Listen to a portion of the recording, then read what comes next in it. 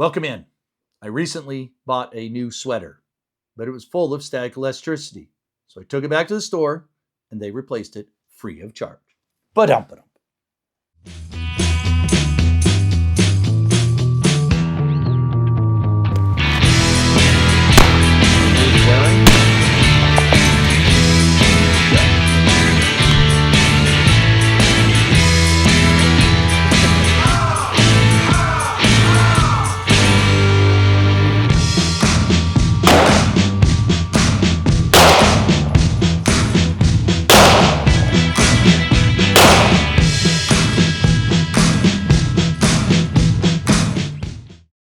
Let's talk business real quick. First of all, we got our nod to Paul with Pop-Tarts and the Jones hat. Now, they still make these in a lot of different colors and camo patterns.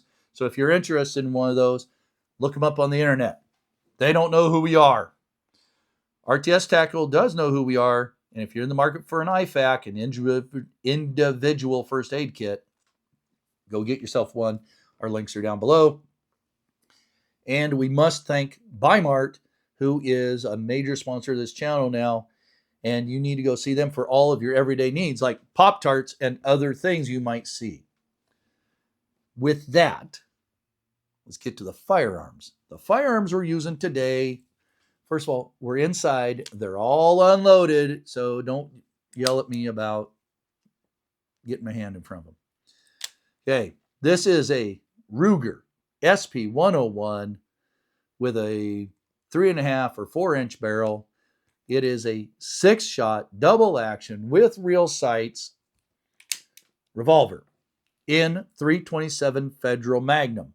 It will shoot, get that out of the way for now, all these rounds.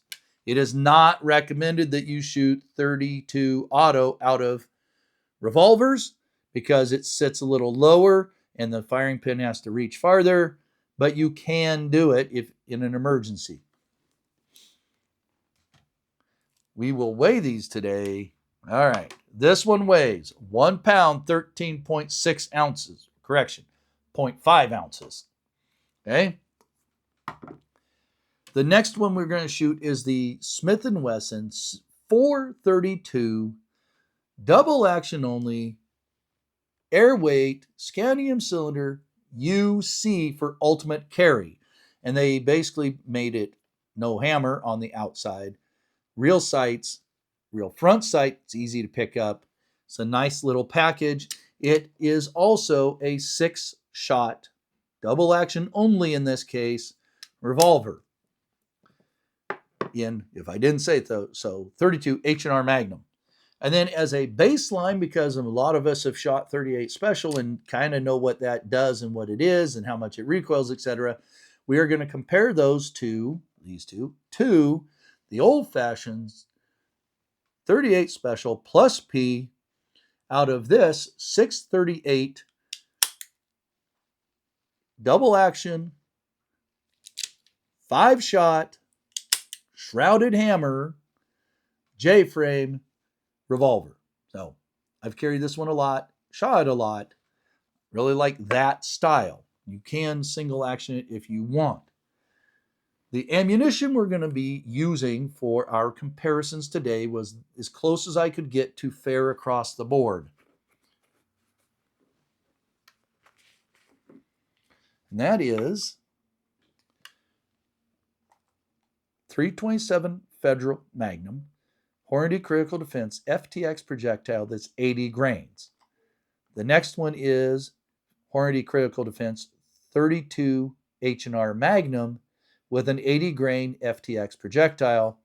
And then we have the Hornady Critical Defense 38 Special plus P with a 110 grain projectile, which is about as low as I could get in these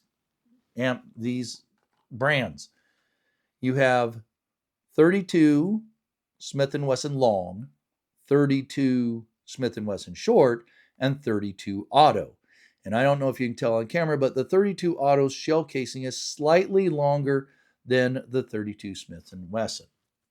You can still find these out on the shelf in places. Now, take this one out of the way again for lack of confusion. If you have a .327 Federal Magnum firearm. You can shoot all of these.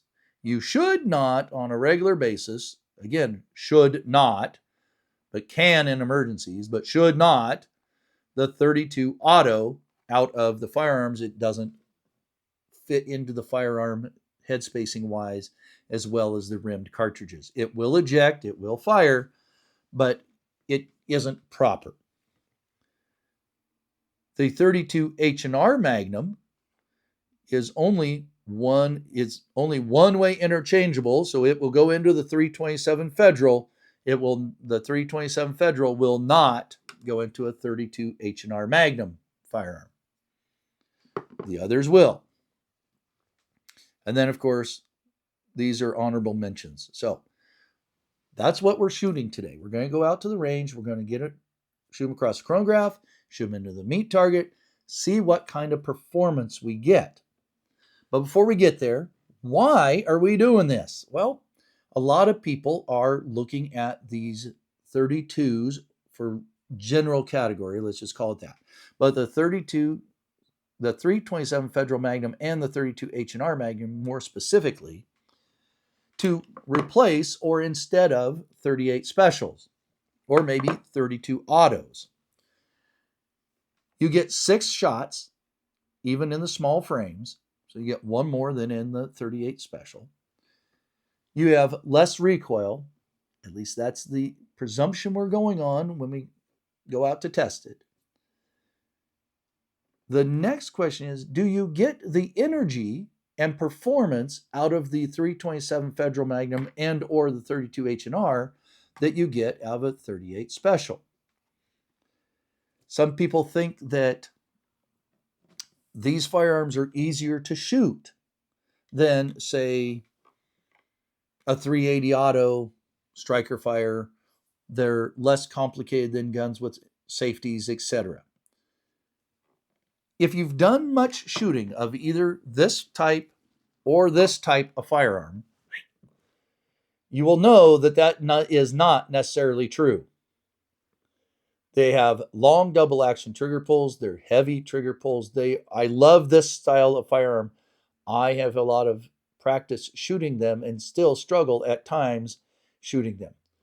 Okay. This one does have very nice sights on it. So it's a great improvement over the traditional sights they put into J-frames. This one has very real sights. But this is a real gun. This is almost 2 pounds. And when I say real gun, they're all real guns. But I mean, it's heavy. I would not, for the 30, if I was going to carry something this heavy, I would carry a 357 if I was going to carry something this heavy and this size, to be quite honest with you.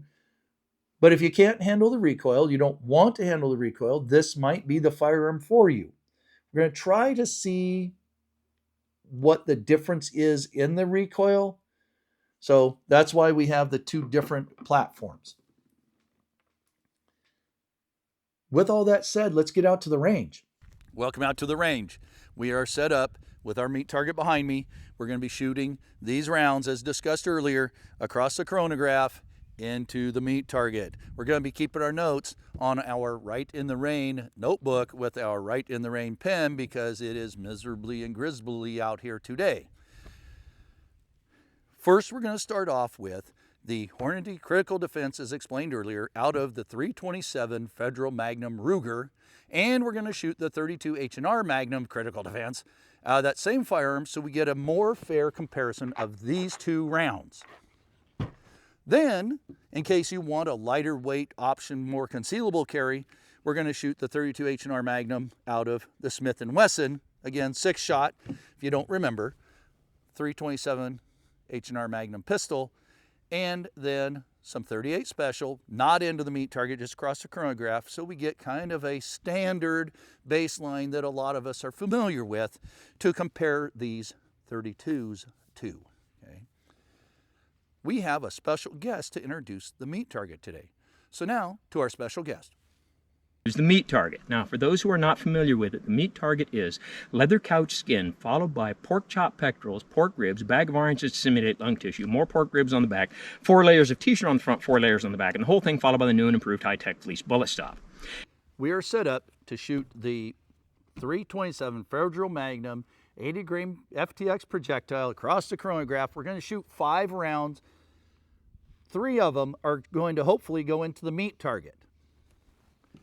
The other 2 are just going to go downrange. That'll give us an average, a little bit better average for kinetic energy and feet per second. And the reason we're doing 5, yes, this holds 6, is because our 38J frame only shoots 5, so to keep the group consistency, that's what we're doing. So here we go. We're going to do the meat target first. We'll show you the results of the meat target later.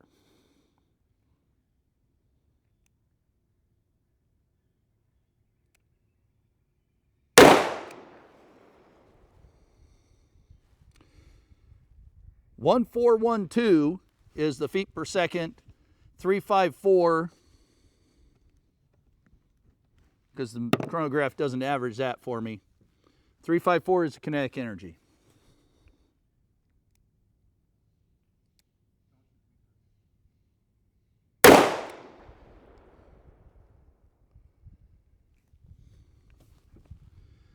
One 391 and 344.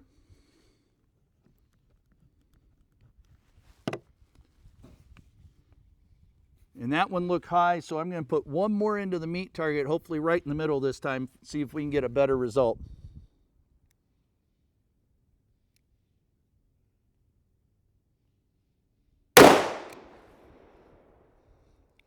That looks like that's where we want it to be. 1393, 344 again. The points are different, but you guys never wanted that precise. And then just 2 more downrange.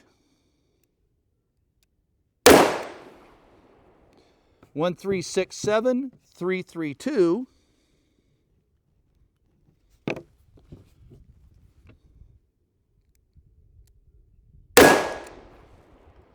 And 1355 and 326.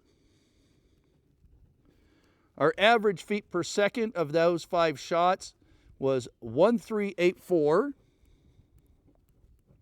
with a max of 1412. We'll get you the foot pounds when we wrap up the day. Now we're set up with the same firearm, 32 H&R Magnum. We're going to shoot 5 shots, 2 of them hopefully not into the meat target. I'm having a little hard time seeing because of the black tape and stuff if I got a hole in it. Anyway, here we go, across the chronograph.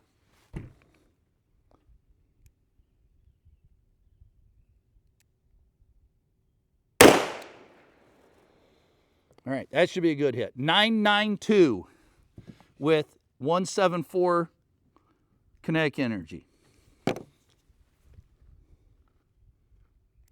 Do one more.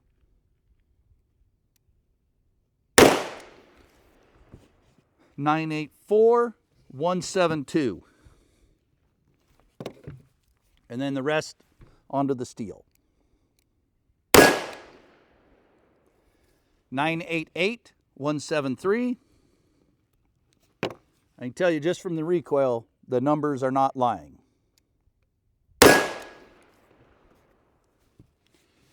185 for KE. 1021.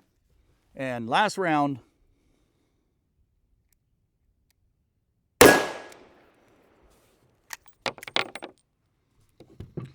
1022 and 185 again. Again, we'll get these numbers crunched up for you. Our average right now is 1001.8 if you cared, with a max of 1022. So 1001 feet per second. All right, we'll get the 38 special out here.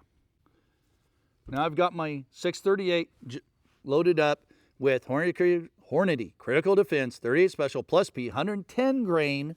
So here we go. Again, this is for a baseline, so we're just shooting steel. 943 and 217.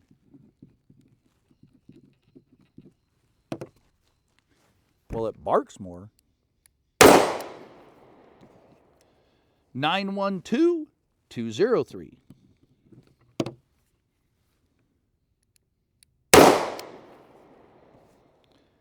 933213.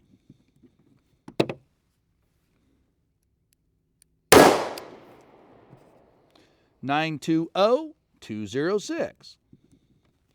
And last one,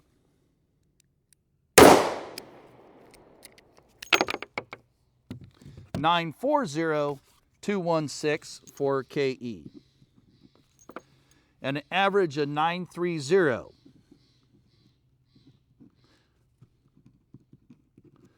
All right, let's do some crunching and get the results to you. We're going to start with close-up for you folks of the 2 bullets we were recovered on the t-shirt on the back of the target. The one that went high and missed the whole meat target guts went all the way through the fleece. So lesson to you, don't think fleece is a true bullet stop. It stops stuff after it goes through these kind of things. Anyway, so no hole in the t-shirt in the back. You caught me.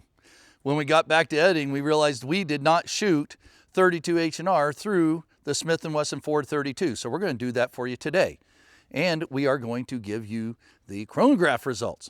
So let's get set up and do it. So now we're set up with the chronograph and our Smith & Wesson 432 32 H&R Magnum.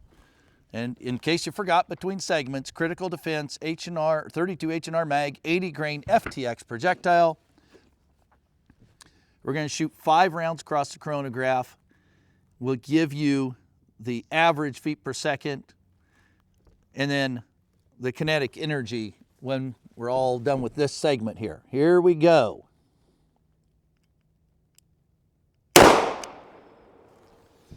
.4, 151.4 for KE.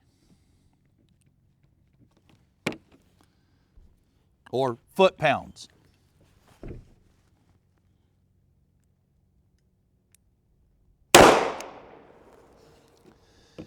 .916 and 149.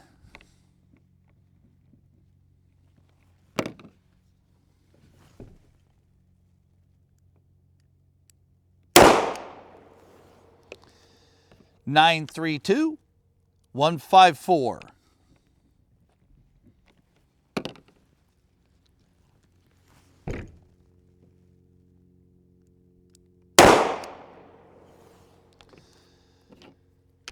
.933 and 154. Again, the points are a little different. And last of our 5-shot string,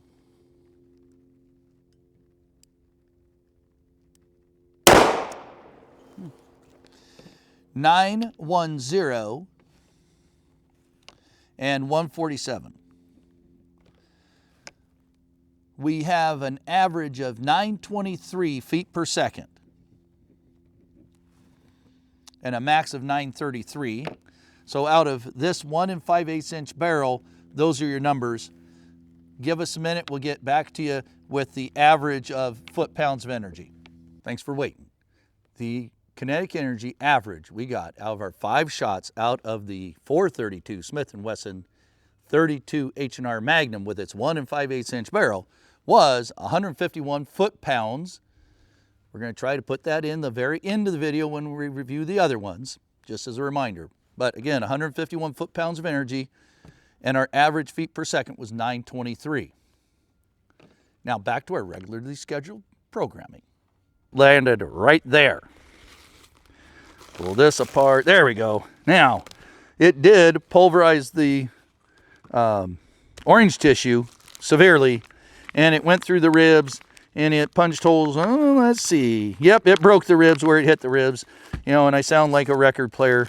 But let's look at the front, and my goodness, golly, Miss Molly, that flat did some damage.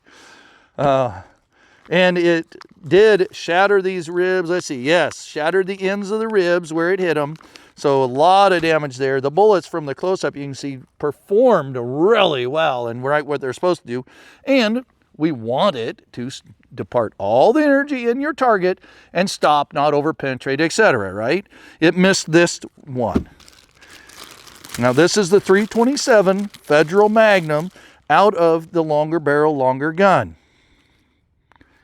That orange is good. Here we go. 2 rounds went across the oranges. They were pretty close on the meat target. Where it hit these, it did the job where it's supposed to do. All right, and then it didn't shock. I mean, it's a 32. It's, you know, but it did perform better than I expected. Quite a bit better, actually. So is the 327 Federal Magnum a good round? Yes. Is it worth a full-size gun versus a 38, 357, something else? You be the judge. That's for you and the recoil and so on. So we're going to take a little break, get the one from the 32 H&R Magnum over here, pull it apart, see if we can find out the differences. Now we've torn apart the meat target that we shot with the 32 H&R Magnum.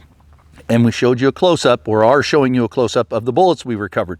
The one in the meat actually put a little kind of a break, a little crack in the leather, and I'm pretty sure it tumbled and was coming out backwards, and therefore it stuck in the backside of the meat, and the butt of the bullet, or the base of the bullet, hit the leather and caused that damage.